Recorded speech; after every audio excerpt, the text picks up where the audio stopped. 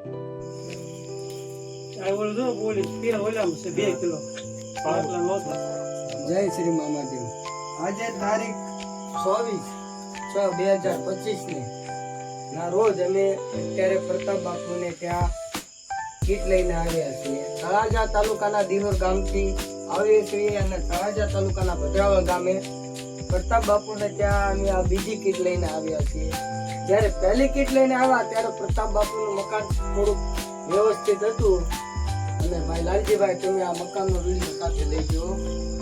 બીજી વાર અત્યારે અમે કીટ દેવા આવ્યા એટલે આ મકાન બાપુનું પડી ગયું છે.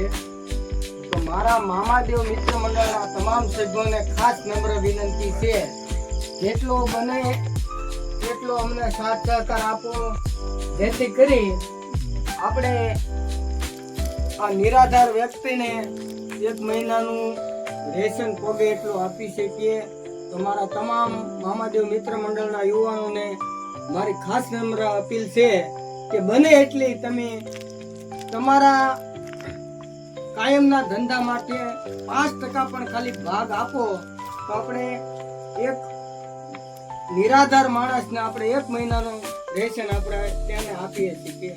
અને સાથે આજે અમારા દુઃખમાં ભાગીદાર પણ મેઘનાથ બાપુએ અમને સાથ અને સહકાર આપેલો છે. તો હું મેઘનાથ બાપુનો પણ આભાર માનું છું. તો મારા તમામ મિત્રોને ખાસ નમ્ર વિનંતી છે કે આપણે કમસે કમ વર્ષ દીઠા આ ગ્રુપ ચલાવીએ છીએ. તો હજી હું બીજી વખત તમને કહું છું કે જેટલું બને એટલું તમે આમાં ફાળો આપશો તો એ ફાળો આપણો લેખે છે. કારણ કે આપણે જે કમાવીએ છીએ એમાંથી આપણે 10મો ભાગ તો કાઢવો જ પડે. તો બાપુ આ જે કામ કરીએ એ તમને કેવું લાગ્યું? બહુ સરસ લાગે.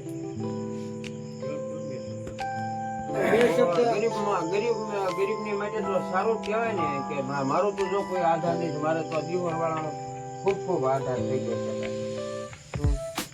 ભાઈઓ તમારી આજુબાજુ કોઈ નિરાધાર વ્યક્તિ રહેતા હોય તો મામાદેવ સેવા ગ્રુપને જાણ કરજો. ફૂલ નહીં તો ફૂલની પાકડી અમે અવશ્ય કીટ નિમિત્તે પહોંચાડીશું.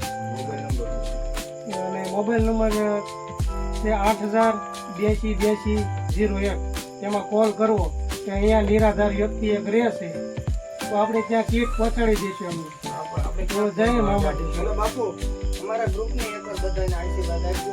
અને ભાઈ ધનવાન પુત્રવાન આયુષ્માન ભવ ભગવાન તમારું કલ્યાણ કરે ભાઈ. આવું ને આવું કામ કરતા રહેજો. અમારે જેવાના આંતળી થાય તો ઈશ્વર તમારી આંતળી જરૂર થાય છે. જય શ્રી મામાદેવ. જો આ પ્રતાપ બાપુની મકાનની પરિસ્થિતિ ચાલુ છે બાપુ. આ ટેકાના આધારે આ મકાન ઊભું રહેલું છે. બાકી હમણાં આ ટેકા લેવા જાય એટલે આ મકાન આખું હેઠું પડે એમ છે. અને આ પ્રતાપ બાપુની પરિસ્થિતિ અત્યારે બહુ ખરાબ છે. તો મારા તમામ મિત્રોને એ ઉભા લે એલા આ માયા થાય છે આમાં. પેલું પૈસું હલાવવું પડશે. મારા તમામ મિત્રોને મારી ખાસ નમ્ર વિનંતી છે કે બને એટલી અમને તમે કોશિશ કરો જેથી કરી આપણે કોઈ ગરીબ માણસને સાથ અને સહકાર આપણે આપીએ છીએ. કારણ કે આ મકાન જોતા હાવ મન આપણું બે ઉદાસ થઈ જાય. કારણ કે આમાં રહી કઈ રીતે રહી શકે. મારા તમામ મિત્રોને ખાસ નમ્ર વિનંતી છે કે બને એટલી સાથ અને સહકાર અમને આપજો. જય શ્રી મામાજી.